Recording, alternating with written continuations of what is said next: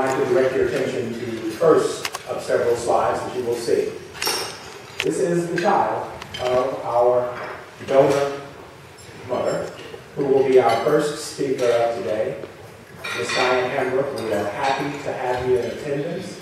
And at this time, I'd like for you to come forward and tell us about your son, Caleb.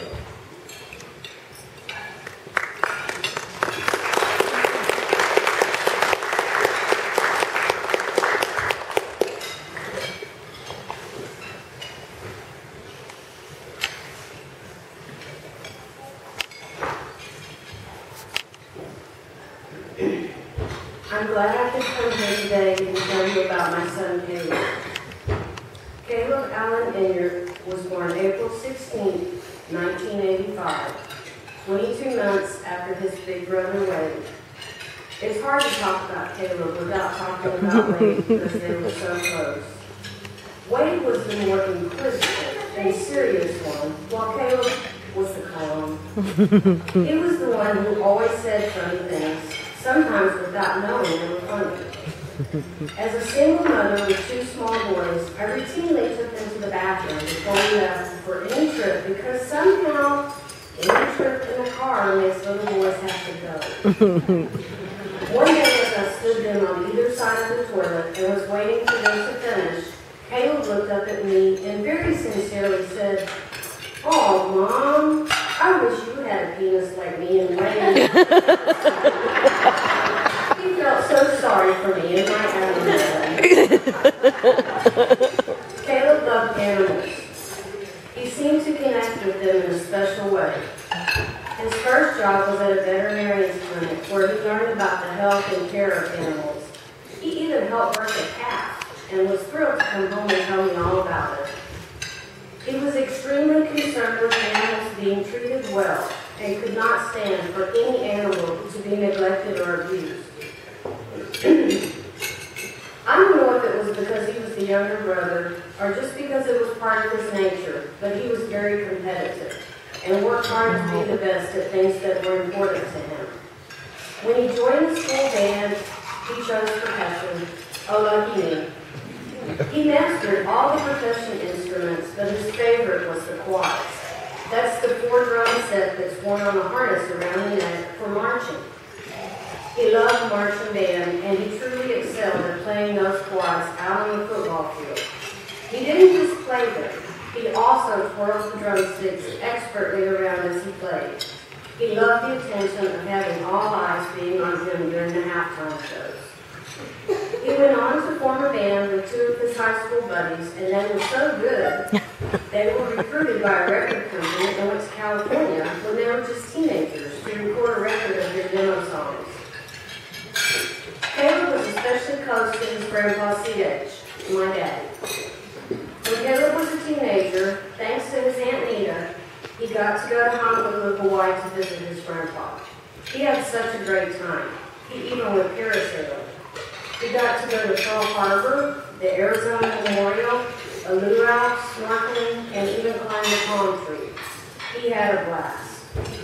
And years later, when things got tough for Caleb, Grandpa C.H. was always there for him. He was one of Caleb's greatest cheerleaders.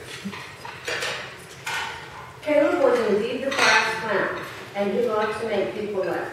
He also loved my meatloaf, chicken Caesar salads, Blue Powerade, The Simpsons, The Big Bang Theory, Reno 911, Primus, Nirvana, and 90s punk rock, Harry Potter, and The Lord of the Rings. He also loved Halloween and making his own costumes. He loved swords and knives and amassed quite an impressive collection of these weapons. He loved Converse All-Star high-top sneakers and had every color they made, I think. And he usually wore one color on one foot and one on the other. But his favorite was green. But above all else, he loved his family and friends with extreme devotion. He was fiercely loyal to those he loved and would do anything for them. He was his own person, opinionated, quirky, and strong-willed. On Thanksgiving Day 2006, as he was leading our family lunch, He was broadsided by a driver who was on his cell phone and ran a red light. Caleb suffered a concussion and a broken clavicle. At the time, we thought the shoulder was the worst injury. In the weeks following the accident, as a result of the concussion, he began having these weird deja vu episodes, as he described them, which turned out to be petit mal seizures. About a year after the accident, he had his first grand mal seizure, and our lives changed forever. We learned through trial and error that he was allergic to a lot of anti-seizure medications. The ones he was able to take had terrible side effects, which were at times intolerable. His seizures were also very hard to control, requiring him to take as many as 4 medications at a time. Caleb hated the seizures and the whole thing of meds, doctor's appointments, multiple ER visits, and hospitalizations. He would, after multiple seizure episodes, known as status epilepticus, go into kidney failure and at one time require dialysis. Caleb hated this all so very badly. Despite all of this, he was so stubborn and strong-willed that he would not let it get the better of him, and he continued to do and learn new things. One of them, not my favorite, was parkour. That's the running, climbing, jumping, free running that you see in the movies and on TV. One day I got a call from his best friend John, who said, "Hey, Caleb fell down and the EMS guys need to know what meds he's allergic to." I didn't realize until I got to the ER that he didn't just fall down. He fell off of a building while they were doing parkour and broke his ankle. A very cool thing happened on October 30th, 2007. Wade and his wife Sylvia gave birth to the most beautiful baby boy, who they named Alex Caleb, and Caleb became an uncle. He adored Alex from the first moment he held him right after he was born. They had a special bond, and Caleb loved him so dearly. Caleb loved to spend time with Wade and Sylvia and Alex. They went camping and fishing and had so much fun together. Caleb also learned to cave, and he and Wade began caving and had some really cool caving adventures. Caleb saw himself as a person who needed to take care of others. A couple of years ago, I was taking him home from yet another doctor's appointment, and as we came around the corner in his neighborhood, we saw a minivan lying on its side in the street. It had just come around the same corner, and it hit a parked car and turned over. As I parked my car, Caleb jumped out and ran to the minivan and climbed on top, which at the time was the side of the van, where there was a small boy hanging from his car seatbelts in the back seat. The window was broken, and Caleb crawled in and removed the boy from the straps and handed him up to another passerby who had stopped to help. Then he helped the boy's grandmother, who had been driving out of the car safely. These were the times when I think the superhero in Caleb came out, and he would embody his favorite superhero, Spider-Man. Even as weak and sick as he seemed to be, he could summon up his superhuman strength and use his Spidey powers. When Caleb was 27 in the spring of 2012, we were finally referred to Dr. Jason Shen, an epileptologist who specializes in evaluating patients for potential surgery, which could alleviate or at least lessen his seizures. We were thrilled. Caleb began to go through several steps of various testing, including inpatient monitoring in July of 2012, when they decreased his medications to cause him to have seizures, so they could monitor and record where and how the seizures affected his brain.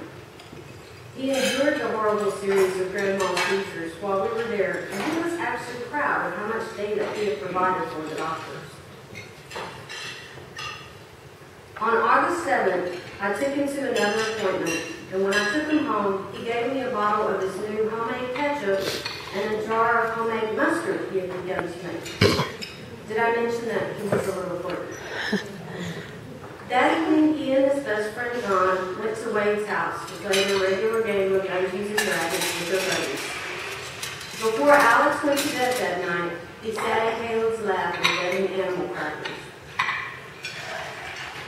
I got a call from John after midnight that night. After they had returned home, John had gone to check on Caleb, who was playing video games on his computer. John found him down on the floor where he had had a series of grand mal seizures and was not breathing. John began CPR and called 911. We rushed to their house, and I'll never forget all the lights flashing from all the emergency vehicles in front of his house. As I ran across the lawn, a policeman yelled to me that they had gotten a pulse back.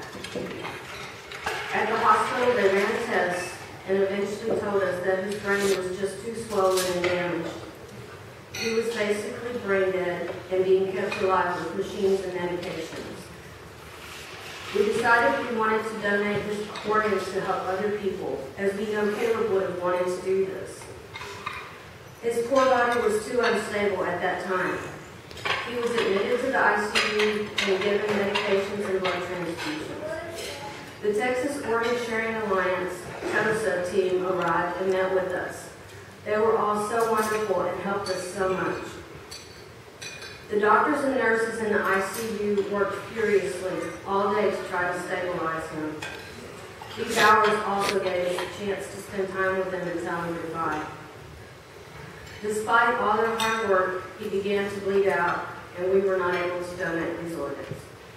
We were, however, able to donate his eyes and tissues.